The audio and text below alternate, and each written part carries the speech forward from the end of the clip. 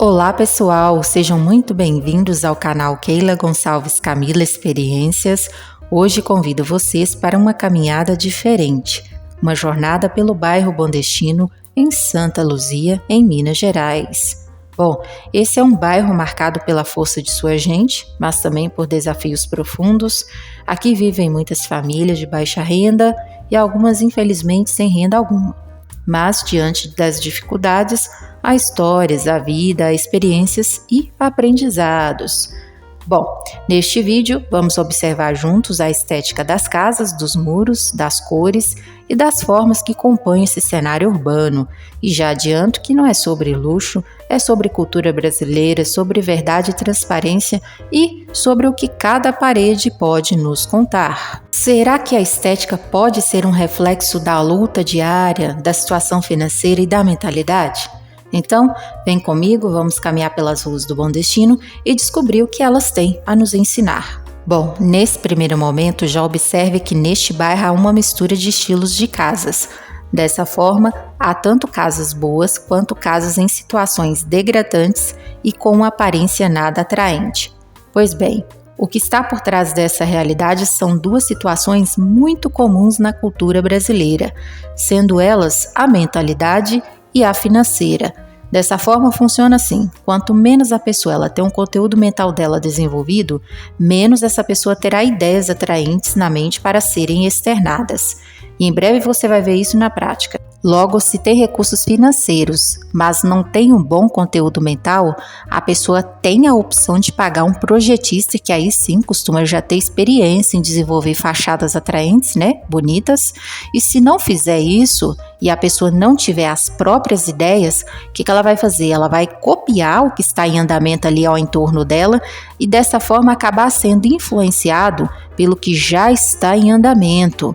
Ou então vai acabar construindo grandes imóveis, mas que vão ocupar muitos espaços e até pode ser que atendam no que se refere à utilidade e conforto interno, mas esteticamente será só mais um imóvel sem beleza. E veja o que é andar em ruas onde os imóveis não têm belezas. É isso aqui que você está vendo, ó. E por falar nisso, observe essa rua. Ela ainda está com calçamento feito de pedra, que foi algo que aconteceu logo nos primeiros anos em que mudamos para este bairro.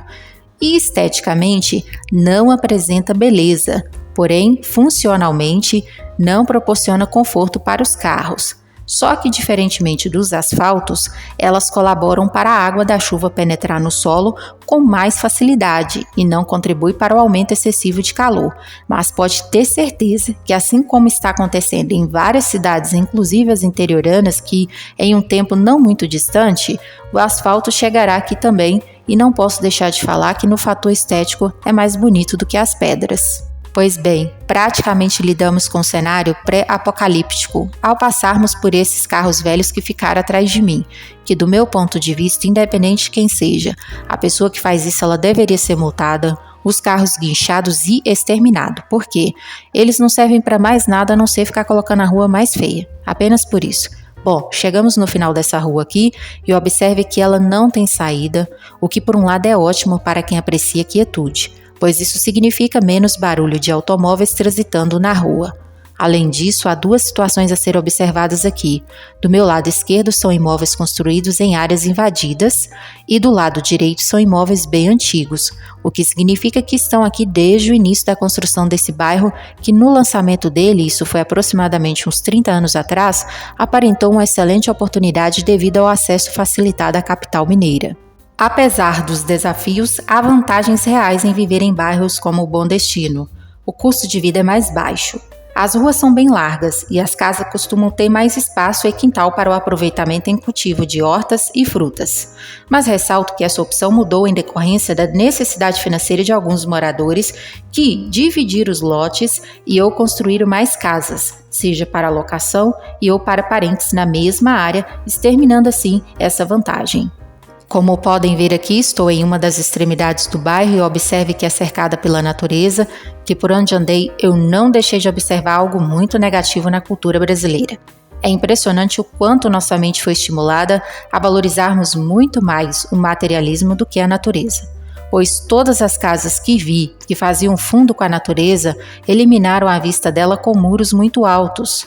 Além disso, uma parte se deve à busca pela segurança, que ao invés de renovar as leis e as colocarem mais rígidas, criaram brechas nelas e estimularam o comércio das cercas elétricas e das câmeras de segurança.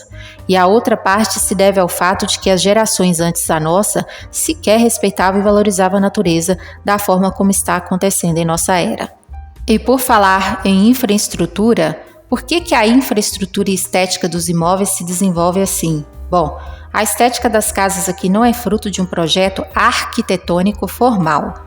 Isso é resultado da autoconstrução, que é o quê? Da luta diária e da criatividade resultante do conteúdo mental de cada um. E ainda tem um fator recursos financeiros limitados. Muitas vezes o morador constrói aos poucos, com o que tem, sem acesso a um projeto arquitetônico e de uma assistência técnica profissional. Por consequência, isso gera uma paisagem urbana marcada por improvisos, puxadinhos e soluções inventivas nada atraentes. Pois bem, como podem observar aqui, onde tem o toque da natureza, você vê um toque especial de beleza. Dessa forma, mesmo com a sua aparentemente insignificância e fraqueza, ela sempre vencerá as estruturas de aço e concreto, pois a beleza dela é invencível a qualquer obra construída sob a face da terra. E por falar nisso, olha essa vista bem aqui na minha frente, olha o tanto de mato. Bom, no primeiro momento, automaticamente somos levados a pensar: nossa, que coisa horrorosa, deveriam exterminar isso aqui, sendo que o pensamento correto é que houve a intervenção humana aqui e modificou o natural. E essa mistura é uma luta entre as obras da natureza e o que estamos deixando acumulado em cima da terra. Dito isso, olha essa estrutura aqui. Ela é nova, foi feita enquanto eu estava morando em Indaiatuba. Logo, já que a nossa vivência na Terra, que está sendo controlada, dominada e influenciada inteiramente pelos objetivos comerciais e financeiros, dentro dessa perspectiva e da cultura política brasileira, até que ficou uma obra com uma boa aparência e, claro, com esse gramado em volta e essas flores, proporcionou uma combinação bem bonita. No entanto, observe que mesmo que essa escola foi construída em uma região que não é plana, ou seja, com formas bem irregulares, pelo fato dela ter sido construída em uma área espaçosa e com gramados em torno dela, mesmo com um terreno não favorável para proporcionar uma estética bonita, essa obra ficou bonita e claro, levando em consideração de que estamos falando das infraestruturas que a administração política brasileira proporciona ao seu povo. Além disso, essa obra ficou assim por alguns fatores, e aqui não entra somente a mentalidade e o seu tipo de conteúdo, mas também o recurso financeiro e o projeto de paisagismo, que nesse caso aqui é simples, mas é provável que teve. Até porque, para uma obra ser aprovada, ela passa por várias verificações, inclusive da fiscalização da prefeitura da região. Porém, olha que absurdo isso daqui. De um lado temos uma obra desse tipo e bem em frente a ela essa visão que não é nada harmoniosa para ficar apreciando. E isso é muito comum em praticamente todas as regiões brasileiras. E se você ainda não sabe disso, esse estilo de construção de casas muito próximas uma das outras é um resquício dos povos portugueses que vieram para o Brasil e se instalaram nele, mas não para edificarem um país com planejamento na infraestrutura, mas apenas para a extração de pedras preciosas e ouro e influenciando assim nas construções de casas muito próximas uma das outras. Olha só a enorme diferença que faz quando o imóvel fica sozinho dentro de um espaço e todo gramado em torno dele. Bom, aqui é uma escola, porém podemos pegar essa ideia e passá-la para dentro de uma área de moradia comum, e ao observar isso, uma mudança significativa passou a ocorrer na minha mente. Eu passei a valorizar cada vez mais uma casa menor e mais áreas verdes em torno dela, até porque pelo andar da carruagem as circunstâncias indicam sinais de que eu não tenho a família desenvolvida por mim. Logo, eu perdi o interesse em casas grandes e ou de muitos cômodos apenas para satisfazer o ego, a aparência de uma pessoa bem-sucedida e o senso de empoderamento alcançado por acumulações materiais. Na sequência, observe essa área aqui de relevo bem irregular. Na minha mente, esses tipos de áreas não deveriam ser comercializadas. Logo, elas deveriam ser mantidas como reservas florestais, pois, onde há recursos financeiros, até que as pessoas conseguem fazer casas com boa aparência, e um ótimo exemplo disso é o bairro Mangabeiras de Belo Horizonte.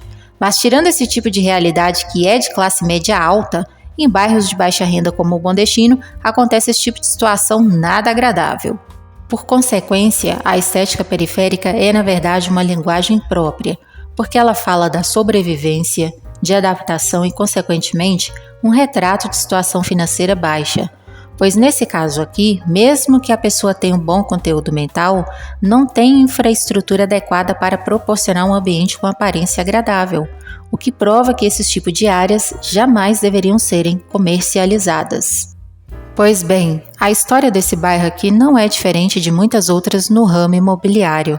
Logo, se tem algo que ficou claro para mim durante essas andanças de experiências é que, ao olhar um imóvel e ou uma nova construção, ao invés de ficar entusiasmado e ludibriado logo nos primeiros meses e anos, pense sobre como estará o imóvel e a infraestrutura daqui a 15, 20 e 30 anos para frente.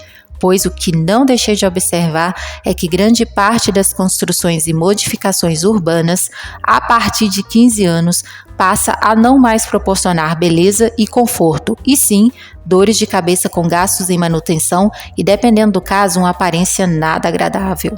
Bom, ao mostrar os estilos de casas do Bom Destino, estou também mostrando o Brasil. Casas de alvenaria sem reboco, barracos de madeira, puxadinhos com telha de amianto, muros improvisados com blocos reaproveitados, ou seja, tudo isso existe em milhares de bairros periféricos pelo país. Logo, essas construções revelam muito mais do que estética. Revelam histórias, passado, cultura, escolhas, trajetórias, sonhos interrompidos e, por fim, recomeços em situações não tão favoráveis e harmoniosas. Pois bem, neste vídeo optei por não esconder nada. Logo, estou mostrando também algumas partes mais degradadas, alguns imóveis em ruínas, e isso foi bem no início do vídeo. Inclusive, aqueles imóveis estão em processo de desapropriação, então eles serão retirados ali da frente do bairro. E os becos esquecidos, inclusive, um pouco mais à frente tem um, eu vou passar por ele e você vai ter a oportunidade de ver junto comigo, até porque não é comum para mim passar em ambientes assim. E passei, estava um ambiente calmo, tranquilo e silencioso, o que evidencia que as pessoas que moram ali estavam trabalhando. Isso significa que muito provável que elas levantaram cedo, pegaram o ônibus e só retornam no fim do dia, pois estava extremamente silencioso o bequinho. E foi a primeira vez em 18 anos morando aqui, 17 anos, esse dia de hoje foi a primeira vez que eu passei por ele. E nunca havia feito isso antes, não é por medo, é apenas porque não tinha acontecido uma situação por eu passar por ele. E hoje, como eu estava aqui na região fazendo as filmagens, eu acabei aproveitando a situação ali e passando por ali, tá? Mas para mim foi novidade também. Bom, o que torna esse bairro aqui uma mistura praticamente completa do retrato brasileiro. Ficou faltando aqui só uma praia, mas quero deixar claro que nem tudo isso é culpa da falta de dinheiro em si.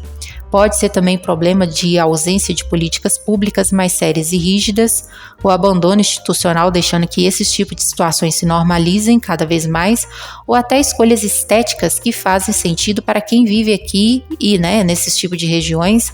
Claro que eu me incluo, e claro que isso tem relação direta com o nível de desenvolvimento qual encontra a mente de cada um. O que em si implica dizer que o fato educação escolar é de extrema importância para esse desenvolvimento. Então, neste vídeo aqui, estamos enxergando além da superfície, ou seja, do que está diante dos nossos olhos.